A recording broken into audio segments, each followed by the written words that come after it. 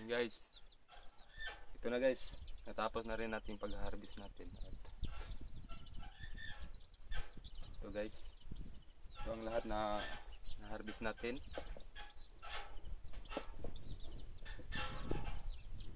So marami to.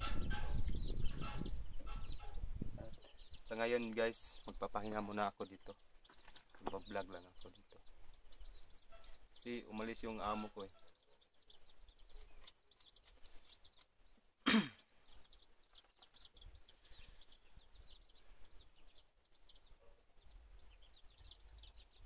Pakita ko sa inyo guys kung gaano kalaki ang farm na to. Ayan. Malaking farm na to guys. Daming tanim dito.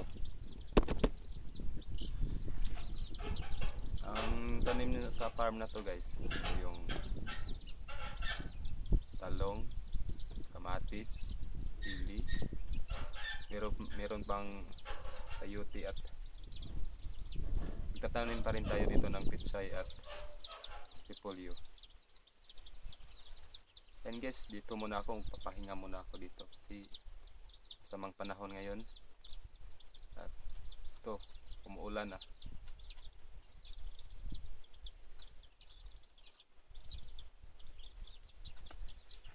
Hirap talaga magtrabaho guys, hirap talagang humanap ng pera.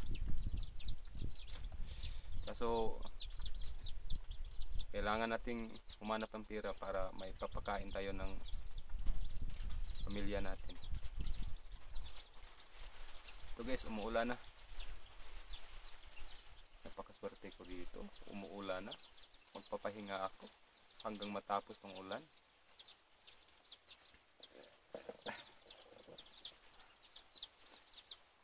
At ayun guys, bukas siguro mag-harvest din ako ng talong. Napakaraming talong. Aabot ng 300 to 400 kilo ang harvest natin bukas. Dahil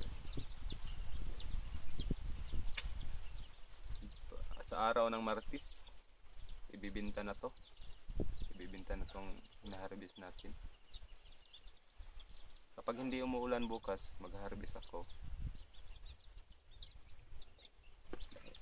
Ako lang mag-isa mag-harvest. Sana matapos ko. Daming harvestin ko bukas guys. Mga 400 kilos.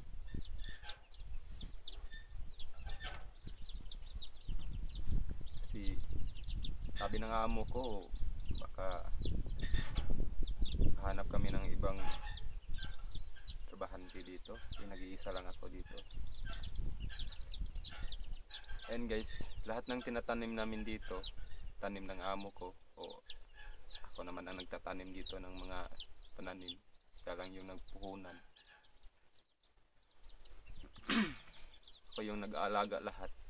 Nag-aabono, nag-spray at mag-harvest. Alam niyo guys, napakahirap talaga yung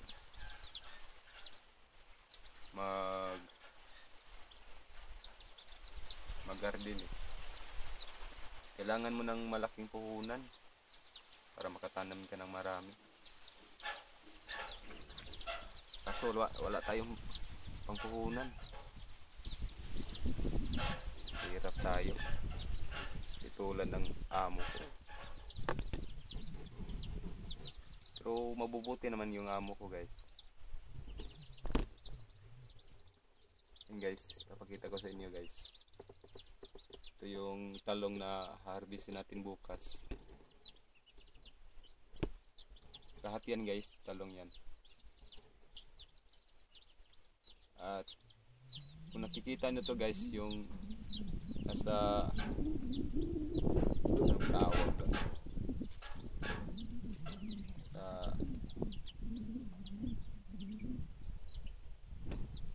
tawag doon, hindi ko mabigkas.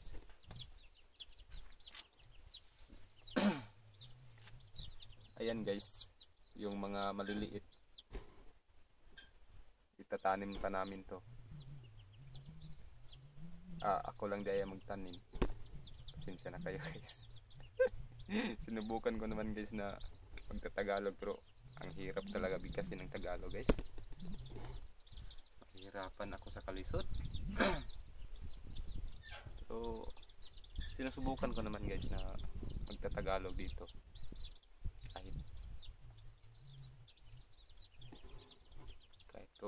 kahit hindi ko alam kung paano ko bigkasin yung Tagalog. At ito guys, ayan, kasama pa yun sa farm dito, malaking farm dito guys, daming tanom dito. Kanina guys, na-harvest ko to kanina. Medyo masakit yung balakang ko guys, kasi marami to. Ito yung nilalagay ko sa drum.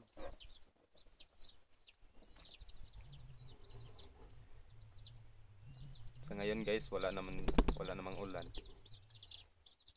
May iba pa akong trabaho na kailangan kong tapusin ngayon. Sana matapos ko to sa hindi pa dumating yung amo. Dahil ako lang yung katiwala niya dito. Alam nyo guys, minsan tinatamad ako dito kasi napapagod na ako. Pero tinitiis ko lang yun lahat kasi hindi ako magtrabaho dito guys, wala tayong pagkain sa pamilya natin. Kaya tiis-tiis lang.